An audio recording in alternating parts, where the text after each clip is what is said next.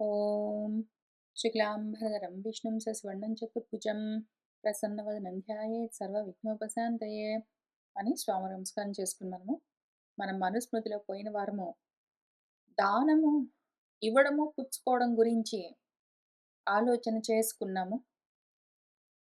మనం ఏం చెప్పుకున్నామంటే ప్రతి వాళ్ళకి దానం పుచ్చుకునే పాత్రత ఉండదు. కొంతమంది మాత్రమే తీసుకోవచ్చు ధర్మంగా, న్యాయంగా.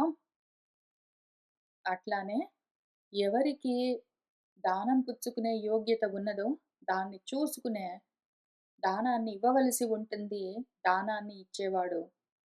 అట్లానే దానానికి నేను అర్హున్నా కాదా చూసుకుని పుచ్చుకోవలసి ఉంటుంది తీసుకునేవాడు. ఈ రకంగా జాగ్రత్తగా చూసుకోకుండా ఎట్లా పడితే అట్లా దానాలు చేశాము, దానాలు పుచ్చుకున్నాము అంటే ఏదో రాతి పడవలో సముద్రాన్ని దాటడానికి ప్రయత్నం చేస్తున్నవాడు దాంతో పాటే మునిగిపోయినట్టు వీడు కూడా నశించిపోతాడు, అడుగంటిపోతాడు అని చెప్తూ ఉన్నారు. దాని గురించి మనము చాలా జాగ్రత్తగా చూసుకుంటూ వెళ్ళాము. అయితే మనకు ఒక ప్రశ్న వచ్చి ఉండాలి ఈ పాటికే.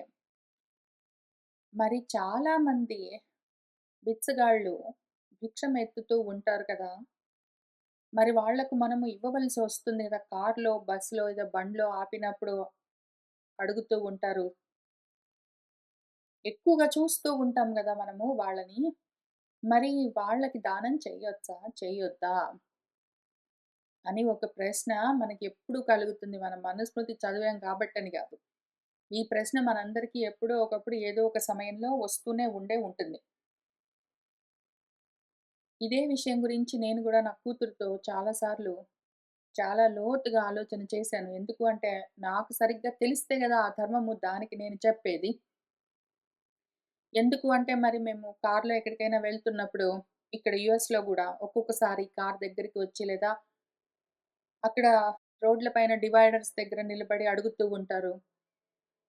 ఇండియాలో కూడా అట్లా ఆ విధంగా యాచించే వాళ్ళుంటారు. ఇటువంటి యాచకులందరికీ మనం దానం చేయొచ్చా? చేయకూడదా? అని మనకి కొన్ని క్వెషన్స్ ఉంటాయి. ఎందుకు అంటే దానం చేసేవాళ్ళు ఇప్పుడు మనము దానం చేస్తూ ఉంటాం. మన దగ్గర ఒకవేళ కార్‌లో ఆ టైంకి క్రెడిట్ కార్డ్స్ అట్లాంటివి గాకుండా నిజంగా రూపాయలు నోట్లేమైనా ఉంటే డాలర్స్ అట్లాంటివి ఇస్తాము. అయితే ఎంతవరకివ్వచ్చు? ఎవరికివ్వచ్చు అన్నది మనకి తెలియాలి కాబట్టి మనం గూడా ఆలోచన చేసుకుంటూనే ఉంటాము. దాని గురించి కొంచెం చూద్దాము. ఇప్పుడు ఒక్కొక్కసారి మనకేమనిపిస్తుందంటే, వాళ్ళు మరి చూడ్డానికి బానే ఉంటారు. వాళ్ళకి ఏమి కష్టమొచ్చిందో జీవితంలో, అందుకని ఈ విధంగా యాచిస్తున్నారు అని మనకనిపిస్తుంది. అయితే వాళ్ళు వీళ్ళు ఇచ్చే రూపాయో, రూ. 2 తోటి వాళ్ళ జీవితం నడుస్తుందా? ఎంతకాలం నడుస్తుంది? ఎందుకు వాళ్ళట్లా ఉన్నారు? అని ఈ 3 ప్రశ్నలకి మనకు జవాబు తెలిసేందుకు అవకాశం లేదు. మనం ఆ సమయంలో ఏదో సిగ్నల్ పడ్డప్పుడు అక్కడ కార్ కొంతసేపు ఒక 1 మినిట్, 2 మినిట్స్ ఆగినప్పుడు, ఆ 1, 2 నిమిషాల్లో మనం ఎంత అసెస్ చేస్తామో వాళ్ళ స్థితిగతులేమో, వాళ్ళ స్థితి ఇప్పుడు ఎట్లా ఉన్నారో, వాళ్ళ గతి వాళ్ళు ఎటువైపుకి వెళ్తున్నారో జీవితంలో 2 తెలియవు మనకు. అట్లాంటప్పుడు మరి దానం చెయ్యాలా? వద్దా? ఎందుకు అంటే చూస్తూ, చూస్తూ ప్రాణం ఊరుకోదు మరి. కళ్ళెదురుగా ఒక్కొక్కసారి చిన్న, చిన్న పిల్లల్ని తీసుకొనొస్తారు. ఇక్కడ యూఎస్‌లో గూడా మా ఇంటి దగ్గర చాలా తక్కువ. అసలు కనిపించరు మా ఇంటి దగ్గర. అడుక్కునే వాళ్ళు మా దగ్గర అసలుండరు. కానీ కొంచెం అటు సైడు సిటీ సైడ్ వెళ్తే టాంపా సైడ్ అక్కడుంటారు మరి. ఒక్కొక్కసారి చిన్న పిల్లలుంటారు. ఎలిమెంటరీలో, మిడిల్ స్కూల్‌లో ఉన్న పిల్లలతో సహా వచ్చి అక్కడ నిలబడి అడుగుతుంటారు. ఇవ్వకుండా ఉండలేము. ఇవ్వాలంటే మరది ధర్మమేనా అని అనుమానమొస్తుంది. ఎందుకంటే దానం గురించి ధర్మం తెలుసుకొని చేయవలసొస్తుంది. ఒక్కొక్కసారి చిన్న పిల్లల్ని తీసుకొనొచ్చే వాళ్ళని పక్కన బెట్టి, వాళ్ళని చూస్తేనే స్నానం అవన్నీ ఉండవు. వాళ్ళొక విధంగా ఉంటారు. ఎందుకంటే ఇల్లు, వాకిలి ఉండదు మరి కాబట్టి అర్థమవుతూనే ఉన్నది. కానీ చెప్పలేము. ఒకవేళ వాళ్ళు డ్రగ్ అడిక్ట్స్ అయి ఉన్నారో, ఆ ఇచ్చిన డబ్బుల్ని వాళ్ళు ఇంక దేనికైనా వాడుతున్నారో తెలియదు. మరట్లాంటప్పుడు ఏం చెయ్యాలి అని ఇవన్నీ చాలా సంశయాలు కలుగుతాయి. అట్లాంటప్పుడు ఇంక ఇవి 2 మేజర్ గాబట్టి, ఈ 2 మేజర్ ఎగ్జాంపుల్స్ చూసుకున్నాను నేను. వేరే కారణాలు కూడా ఉండిండొచ్చు. ఒకటి చిన్న పిల్లల్ని తీసుకొనొస్తారు వాళ్ళు. ఆ పిల్లల్ని చూసి మనం ఊరికనే పోలేము. దాని గురించి ఆలోచన చేద్దాము. ఇక్కడ మనం మను ధర్మశాస్త్రమైనా సరే, ఏదైనా సరే మన ధర్మశాస్త్రాలు ఏం చెప్తాయంటే, గృహస్థాశ్రమంలో ఉన్నవాళ్ళు వాళ్ళే ఎవరికైనా పెట్టవలసి ఉంటుంది గానీ, వాళ్ళు యాచించడానికి వీల్లేదు. పుచ్చుకోవడానికి వీల్లేదని మనకొక నియమం ఉన్నది. ధర్మము, రూల్. మరైతే వాళ్ళు పిల్లలతోటొచ్చారు అంటే వాళ్ళు గృహస్థాశ్రమం ఒక్కొక్కసారి భార్యాభర్త, పిల్లలు గూడా కనిపిస్తుంటారు. అందరూ రోడ్ల మీద నిలబడి అడుగుతుంటారు. అట్లాంటప్పుడు ఇవ్వవచ్చా అంటే, కొద్ది సమయము ప్రతి వాళ్ళకు అప్పుడప్పుడు కొంచెము ఎవరికైనా వెసులుబాటు ఉండదు. కష్టముంటుంది. జీవితంలో ఉద్యోగాలు లేక లేతే ఇల్లు వాళ్ళు డబ్బులు కట్టలేక ఇంట్లోంచి పంపించేసి అట్లాంటివేవైనా ఉన్నప్పుడు, ఇల్లు లేనప్పుడు, వండుకునే అవకాశం లేనప్పుడు, ఉద్యోగం లేనప్పుడు, డబ్బులు లేనప్పుడు యాచించవచ్చు.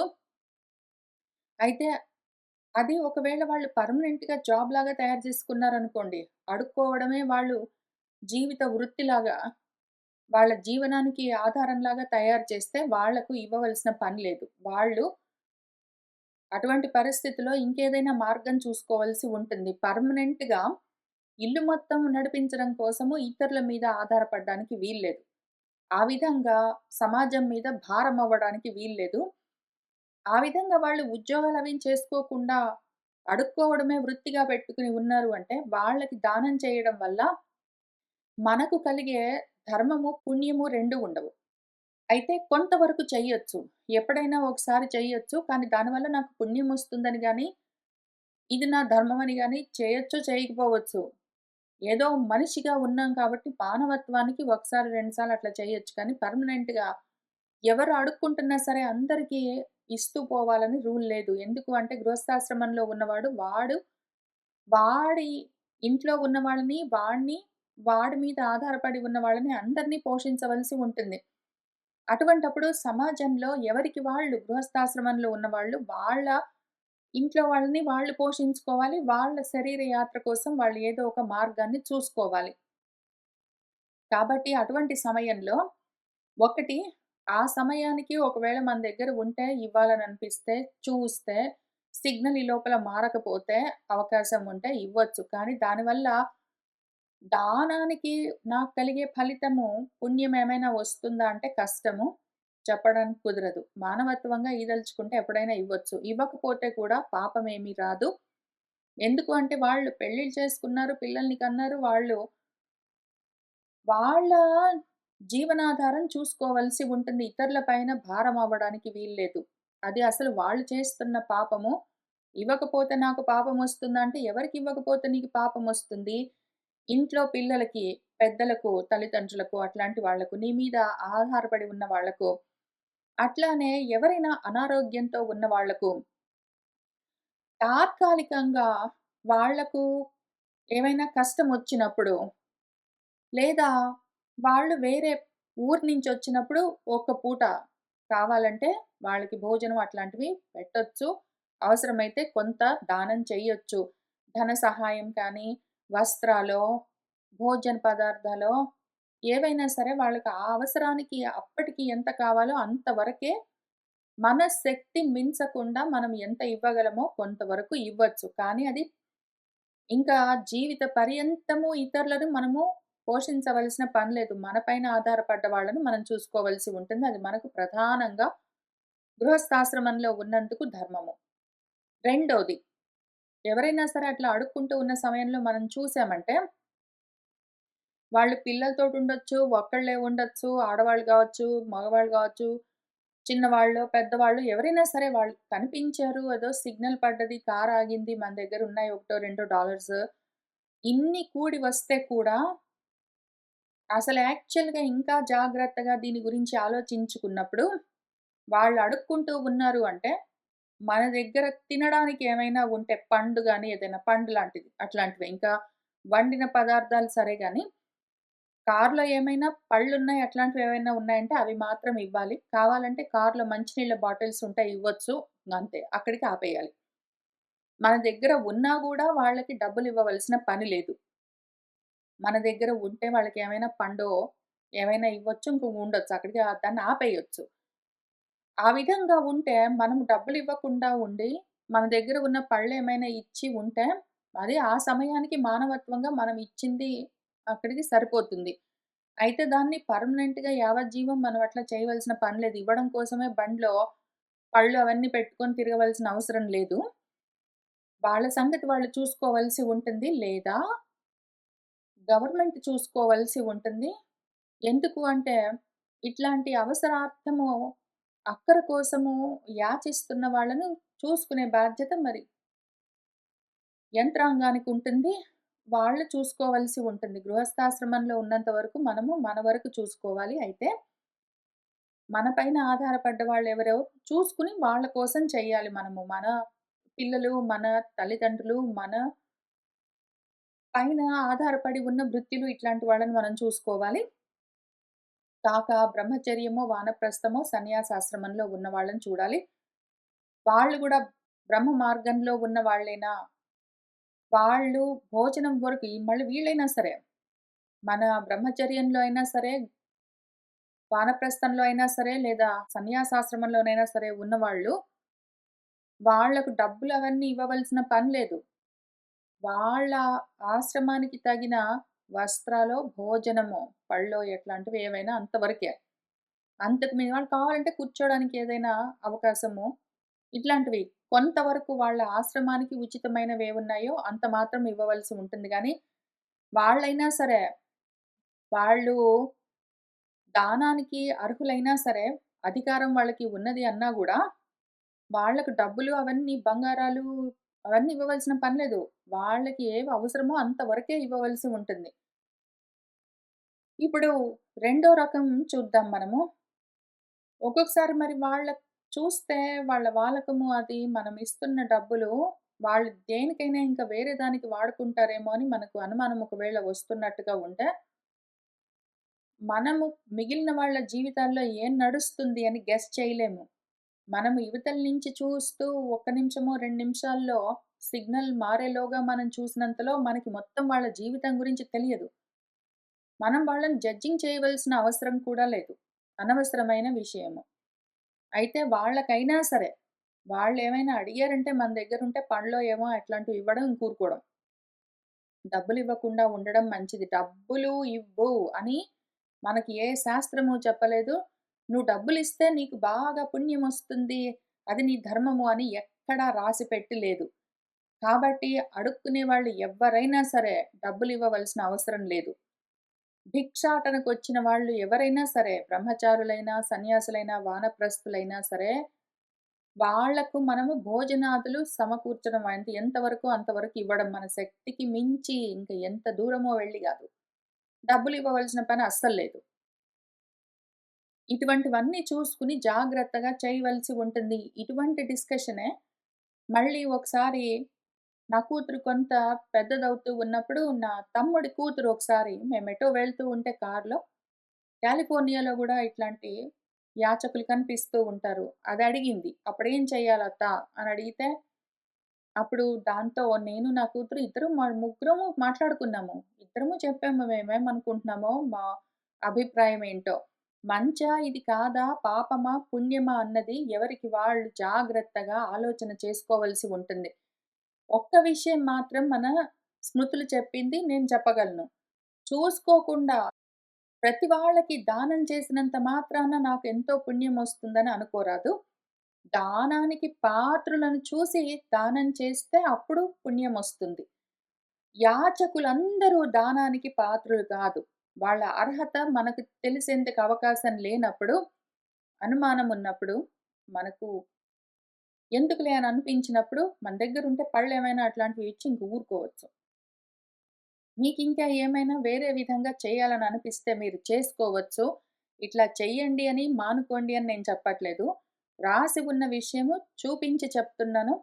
నేను ఆలోచించుకున్న విషయం నా కూతురితో ధర్మాన్ని ఏ విధంగా విచారణ చేస్తున్నానో, నేను ఎట్లా పాటిస్తానో అని చెప్తూ వస్తూ ఉన్నాను. నేను యూజువల్‌గా ఎవ్వరికీ డబ్బులవన్నీ సహాయం చెయ్యను. ఎవరికైనా సరే ఇవ్వడానికి అంత ఇష్టం చూపించను. నేను చేసే దానం ఎప్పుడూ ఒక్కటే ఉంటుంది. నేను అన్నం తింటూ ఉన్నప్పుడు ఎవరైనా వస్తే వాళ్ళకి పెట్టి నేను తింటాను.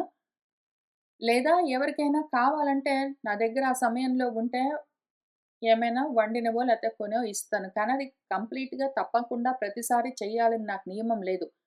నేను అన్నదానాలు, ధనదానాలు ఇటువంటివన్నీ చెయ్యను. వస్త్రదానాలు లేదా ఏవో వస్తువు దానాలు ఇటువంటివన్నీ నేను యూజువల్‌గా చేయడానికి ఎక్కువగా తప్పనిసరిగా చెయ్యాలి అన్న ఆలోచనతో ఉండను. అవకాశం ఉంటే ఆ సమయంలో ఉంటే నా దగ్గర ఉంటే వాళ్ళకి కావాల్సుంటే ఇస్తే ఇస్తాను. అయితే నేను తప్పకుండా చేసే దానం అసల ఆలోచన కూడా లేకుండా అడిగిన వాళ్ళకి అడిగినట్టు అడక్కపోయినా పర్వాలేదు నా దగ్గర ఉంటే తప్పకుండా నేనిచ్చేదేమి అంటే విద్యాదానం చేస్తాను. నేను చదువుకున్నది చెప్తాను. నాకు తెలిసింది నేను చిత్తశుద్ధితో నేర్చుకున్నది అంతే చిత్తశుద్ధితో పరమ ప్రీతిగా ఎవరికైనా సరే ప్రదానం చేస్తాను. అదొకటే జేస్తాను. మిగిలిన వాటికి చాలా ఆలోచన చేస్తాను. అయితే నా పద్ధతిది. నేను విద్యాదానం ఒకటి చేస్తాను. మిగిలినవన్నీ పట్టించుకోను. అయితే నాకు తెలిసిన వాళ్ళలో ధన సహాయం చేసేవాళ్ళున్నారు ఎంతోమంది. వస్త్రాలను దానం చేసేవాళ్ళున్నారు. అన్నదానాలు పనిగట్టుకుని ఇంట్లో వండి డబ్బాల్లో పెట్టుకొని తీసుకొని వెళ్ళి భోజనాలన్నీ ఇచ్చొచ్చే వాళ్ళని చూశాను నేను. గుళ్ళల్లో అన్నదానం చేసేవాళ్ళని చూశాను. రకరకాలుగా చూశాను. ఎన్నో దానాలు, ఎన్నో రకాల దానాలు అందరూ రకరకాలుగా చేస్తారు. ఎంతోమంది శ్రమదానము వాలంటీరింగ్ చేస్తూ ఉంటే చూశాను. ఇవన్నీ పక్కన బెట్టి భిక్షగాళ్ళకు భిక్ష ఏమి ఇవ్వాలి? ఎటువంటప్పుడు ఇవ్వాలి? ఎంత ఇవ్వాలి? అన్న విషయం ఎవరికి వాళ్ళు ఆలోచించుకోవాల్సి ఉంటుంది. అయితే మన శాస్త్రాలు ఏం చెప్తున్నాయి అంతవరకు మాత్రం చూపించి చెప్పగలను. మనుస్మృతిలో ఉన్నది ఇంతవరకు చూపించాను. మళ్ళీ ఇంకా వస్తాయి. ఇవాళ ఇంకా కొంత చదువుకోవాల్సుంది మనము. కాక మన భగవంతుడు ఏం చెప్పారు అని భగవద్గీతలోది కూడా కలిపి చూపిస్తాను. 17వ అధ్యాయంలో శ్రద్ధాత్రయ విభాగ యోగంలో గుణాల గురించి చెప్తూ మన గురువుగారు దానాల గురించి 3 శ్లోకాలిచ్చారు. సాత్విక దానాలు, రాజసిక దానాలు, తామసిక దానాలు చెప్పారాయన. వాటి గురించి కూడా కలుపుకొని చూసుకుందాము. దానం చేసేవాళ్ళు ఏ విధమైన మనస్థితితో దానం చెయ్యాలి అంటే, ఇది దాతవ్యం అంటే ఇవ్వవలసిన వస్తువా? కాదా? అని తెలియాలి. ఏది పడితే అది దానం చేయడానికి బయలుదేరడానికి వీల్లేదు. ఇది దానం చెయ్యవలసి ఉన్నది. ఇది దానానికి తగినది అని తెలుసుకున్నాక, అది ఎవరికియ్యాలి అంటే, నాకు మళ్ళీ ఏమి లాభమొస్తుంది వీడికి దానం జేస్తే? వీడికి నేను ఈ దానం చేశాననుకో, అప్పుడు వాడు నాకింకేంటో ఉపకారం చేస్తాడు అని ప్రతిఫలాపేక్షలు అన్నీ పెట్టుకోగూడదు. ఇది దానం చేయడం అనే ఆలోచన కలిగిన తర్వాత దానం చేసి ఇంక దాని గురించి వదిలిపెట్టేయాలి. మనసా ఇంక దాని గురించి ఆలోచన చెయ్యరాదు. ఆ తర్వాత ఈ దానం నేను చేశానంటే నాకింకేంటో లాభమొస్తుంది. నేను వడ్లు దానం చేశానంటే నాకు నూకలొస్తాయి. నాకేంటో బంగారం దానం చేస్తే రాళ్ళొస్తాయి. లేపోతే ఇంకేంటో భూములు దానం చేస్తే పిల్లలు పుడతారని ఒకదానికొకటి పెట్టుకొని గాదు.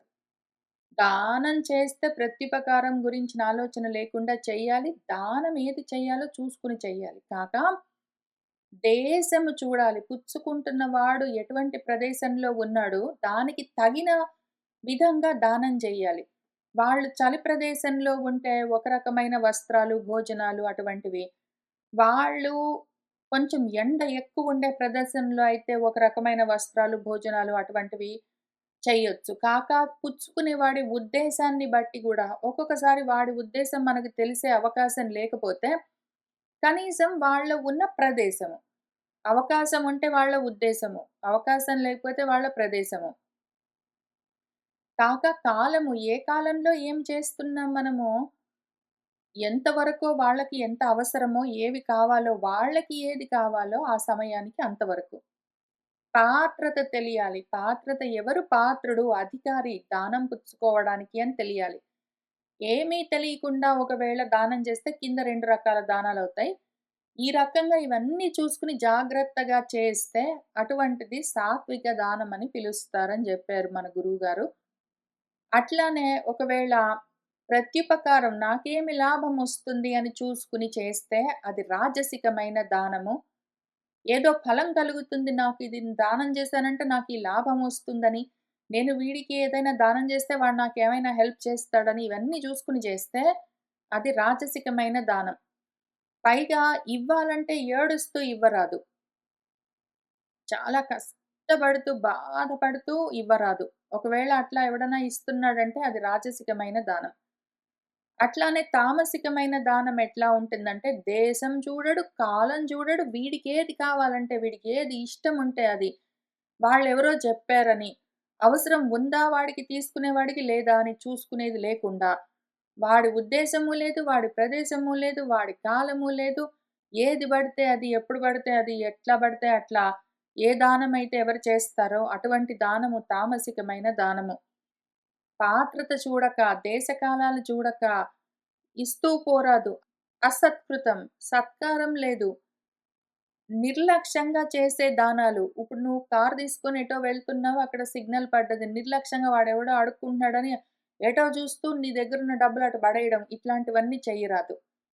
అంటే డబ్బులు గాదు గానీ, పళ్ళు అట్లాంటివున్నాయి ఇస్తాను అన్నప్పుడు వాడు అడుక్కుంటున్నాడు గదా! అని పండు వాడి సైడ్‌కి విసరడం. ఇట్లాంటివన్నీ చెయ్యరాదు. అవజ్ఞతో, అవమానపూర్వకంగా, సత్కారం లేకుండా దేశ కాల పాత్రత చూసుకోకుండా ఎట్లా పడితే అట్లా చేసే దానాలు తామసిక దానాలు. వాటికి అటువంటి తామసికమైన ఫలితాలే ఉంటాయి. సాత్వికమైన, పుణ్యకరమైన ఫలితాలెందుకుంటాయి రాజసిక, తామసిక దానాలకు? కాబట్టి చూసుకొని చెయ్యాలని మాత్రం నేను చెప్పగలను. మిగిలిందంతా మీ మనసే మీకు సాక్షి. శాస్త్రాలు చెప్తాయి మనకు 4 ఉండాలని మనం చూసుకుంటాము. వేదం చెప్పాలి.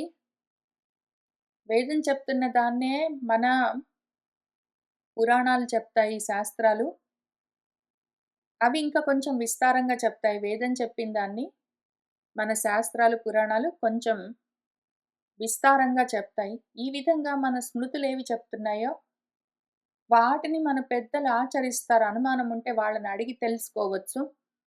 ఆ తర్వాత నాలుగోది మన మనసు మనకి చెప్తూ ఉంటుంది. అది ఒప్పుకోవాలి. మన మనసు వద్దు అన్నాక గూడా మనం చేయడానికి వీల్లేదు. కాబట్టి 4 కూడి వస్తే అప్పుడు ప్రశాంతంగా దానం చేసుకోవచ్చు. దానివల్ల తప్పకుండా ఫలితముంటుంది. దానమన్నది గొప్ప ధర్మము. అది తెలిసి చేయవలసి ఉంటుంది. నిర్లక్ష్యంగానో, అజ్ఞానంగానో మనము దానాలు చెయ్యడం చేస్తే అవి ధర్మంగా ఉండొచ్చు, ఉండకపోవచ్చు. అవి మనకు విపరీతమైన పరిణామాలు కలిగించే ప్రమాదం ఉంటుంది. చూసుకొని చేయవలసి ఉంటుంది. ఆ తర్వాత ఇంక ఇదే దానం గురించి, ప్రతిగ్రహం గురించి ఇంకా కొంత చూద్దాము. పరకీయ నిపానేషు న స్నాయాత్ చ కదాచన నిపానకర్తుః స్నాత్వా తు దుష్కృతాంశేన లిప్యతే. స్నానాలెట్లా చేయాలి? స్నానం కూడా మనకు ధర్మము. ఈ ధర్మాన్ని ఎట్లా ఆచరించాలి అని ఒకటో, రెండో శ్లోకాల్లో చెప్తున్నారు. మనం స్నానం ఎటువంటి నీళ్లతో చెయ్యాలి అంటే, పరకీయ నిపానేషు ఎవరైనా వేరే వాళ్ళు స్నానం చేసి, ఆ నీళ్లు వదిలిపెట్టి పోతే, అటువంటి నీళ్లతో మనము కదాచన ఎప్పుడూ కూడా నస్నాయాత్ స్నానం చేయడానికి వీల్లేదు. ఎవరైనా స్నానం చేసి బకెట్‌లో నీళ్లు వదిలిపెట్టి పోతేనో, టబ్‌లో వాళ్ళు స్నానం చేసి వెళ్ళిపోతేనో, ఆ మిగిలిపోయిన నీళ్లు వాళ్ళు వాడిన నీళ్లతో మనం స్నానం చెయ్యరాదు. ఇది మళ్ళీ మనం కొత్తగా వినవలసిన అవసరం లేదు. మనందరికీ తెలుసు అసలు జనరల్‌గా గూడా వేరే వాళ్ళు వాడిన నీళ్లతో మనం స్నానాలు చెయ్యము. వాళ్ళు వాడిన నీళ్లతోటి మనం ఎందుకు స్నానం చేస్తాము? అనారోగ్యమని మనకు తెలుసు. మనం చెయ్యము. పైగా కోవిడ్ టైం తర్వాత ఇంకా జాగ్రత్తగా ఉంటున్నాం మనము. అయినా కూడా మన పెద్దలు, మన స్మృతులు, మన శృతులు మనకు చాలా జాగ్రత్తలు చెప్తారు. ప్రతిదీ అడుగడుక్కు జాగ్రత్తలు చెప్తారు. కాబట్టి ఇక్కడ గూడా చెప్తున్నారు. ఎందుకు అని కూడా చెప్తున్నారు. వేరే వాళ్ళు స్నానం చేసి ఆ నీళ్లు వాడుకొని వదిలిపెట్టిపోతే ఆ నీళ్లతో మనం స్నానం చేయరాదు. ఎందుకు అంటే నిపానకర్తువు ఎవరైతే ఆ విధంగా స్నానం చేసి ఆ నీళ్ళు అట్లానే వదిలేసి వెళ్ళిపోయాడనుకోండి, వాడి యొక్క శరీరంలోని దుష్కృతాంశాలేమైనా ఉంటే, వాడి శరీరంలో ఏమైనా దోషాలుంటే, మలినాలుంటే, జబ్బులేమైనా ఉంటే, అవి మనము స్నానం చేశామంటే మనకు లిప్యతే తగులుకుంటాయి కాబట్టి జాగ్రత్తగా ఉండాలి. ఇది గూడా చెప్పాలా అండి అంటే ఎందుకైనా మంచిదని ప్రతిదీ చెప్తారు మన వాళ్ళు. నదీషు, దేవఖాతేషు, తడాగేషు, సరస్సు చ స్నానం సమాచరేత్ నిత్యం గర్త ప్రస్రవణేషు చ. ఎటువంటి నీళ్ళతో స్నానం చెయ్యొచ్చు అంటే, నదులల్లో స్నానం చెయ్యొచ్చు. ఎవరైనా నది నీళ్ళలో స్నానం చేసి వెళ్తే మనం కూడా వెళ్లి చేయొచ్చు. ఎందుకు అంటే, ఆ నీళ్లు ప్రవహిస్తూనే ఉంటాయి. వాళ్ళు చేసిన నీళ్లు కొట్టుకుని పోతాయి. మళ్ళీ కొత్త నీళ్లు వస్తూనే ఉంటాయి కాబట్టి పర్వాలేదు. అటువంటప్పుడు అటువంటి నది నీళ్ళలో చేయొచ్చు. ఎక్కడైతే నీళ్లు పారకుండా ఉంటాయో, పారే నీళ్లు లేకుండా స్టాగ్నెంట్ వాటర్ ఎక్కడైనా ఉంటే అటువంటి గుంటల్లో వాటిలో చేయగూడదు. అట్లానే దేవఖాతేషు ప్రాకృతికంగా, ప్రకృతి సిద్ధంగా, సహజ సిద్ధంగా ఏర్పడ్డ చెరువులు, కుంటలు అట్లాంటివుంటాయి గదా! వాటిలో స్నానాలు చెయ్యొచ్చు. తటాకాలు మనం కావాలని తవ్వించుకుంటాం కదా!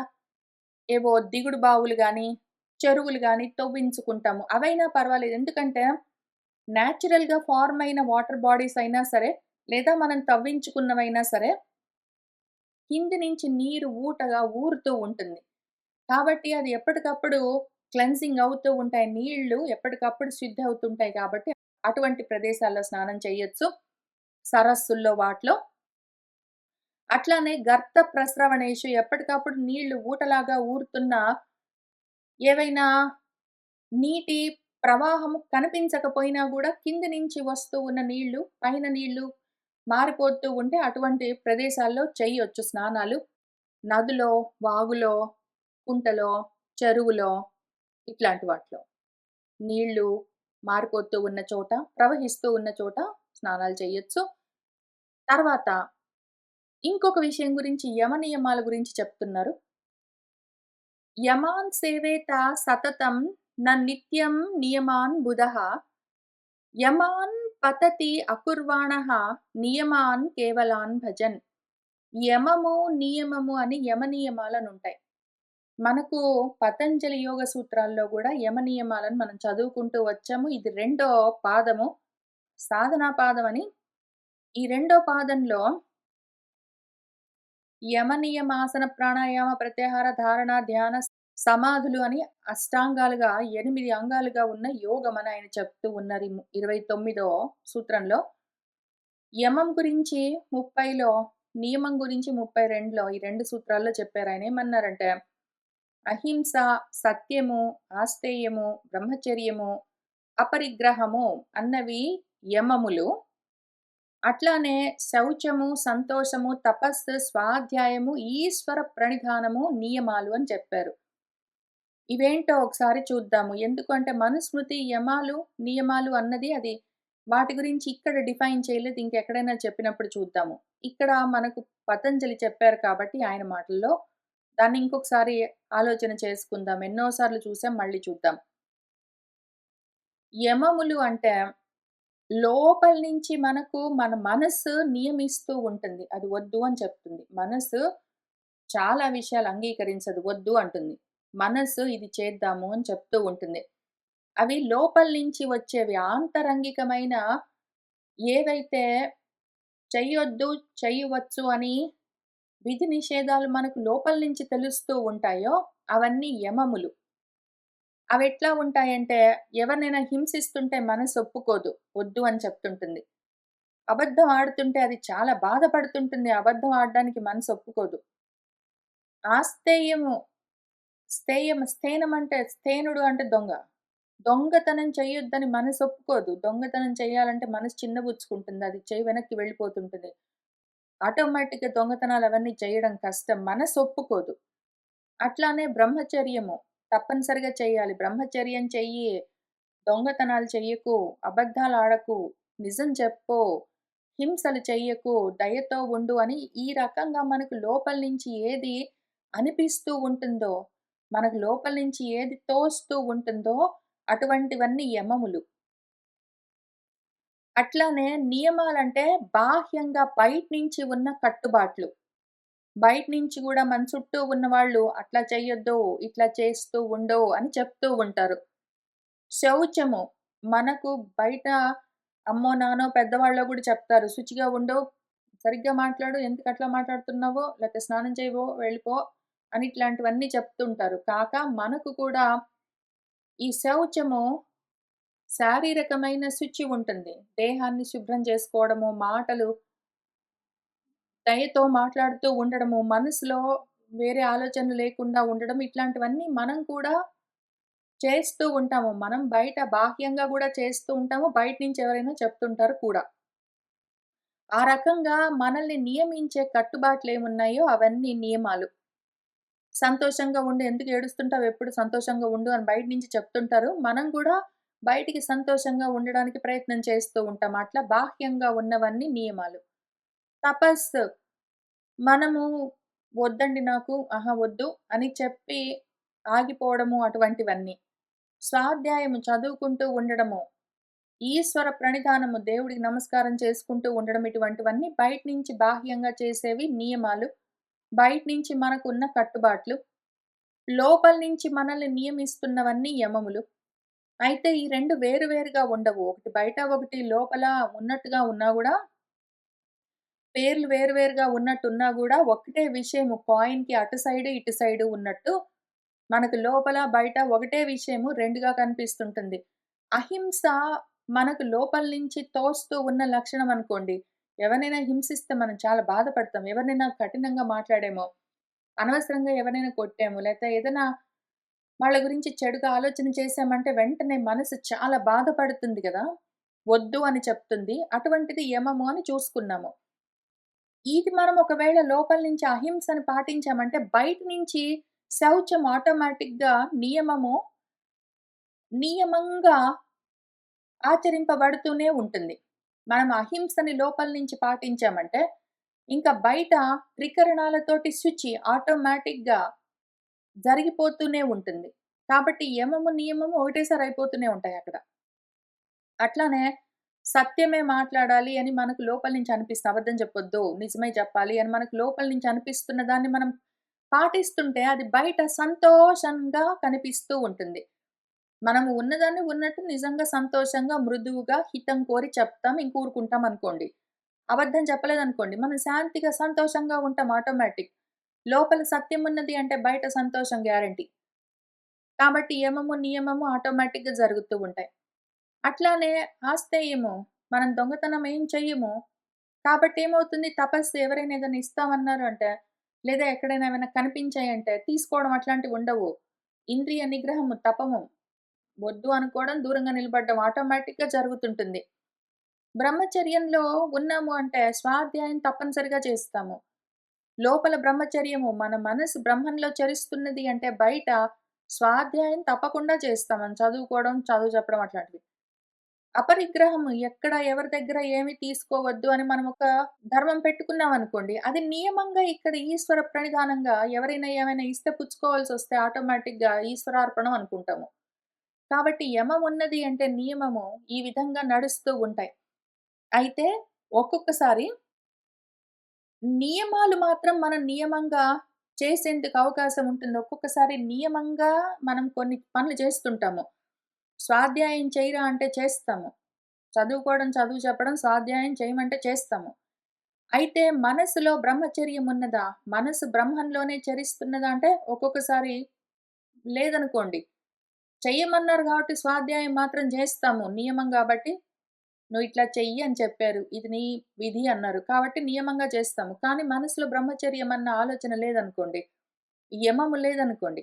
యమము మనల్ని అది నడిపిస్తూ ఉంటే, బ్రహ్మచర్యం మనల్ని నడిపిస్తుంటే, బ్రహ్మం గురించి తెలుసుకోవాలన్న స్వాధ్యాయం ఆటోమేటిక్‌గా బయటపడి కనిపిస్తుంది. అయితే బయట మనము నియమంగా ఆ యాక్షన్ చేస్తాము. ఆ క్రియ, కర్మ చేస్తాము. కానీ లోపల బ్రహ్మంలో చరించడం లేకపోతే యమం కట్ అయిపోతుంది.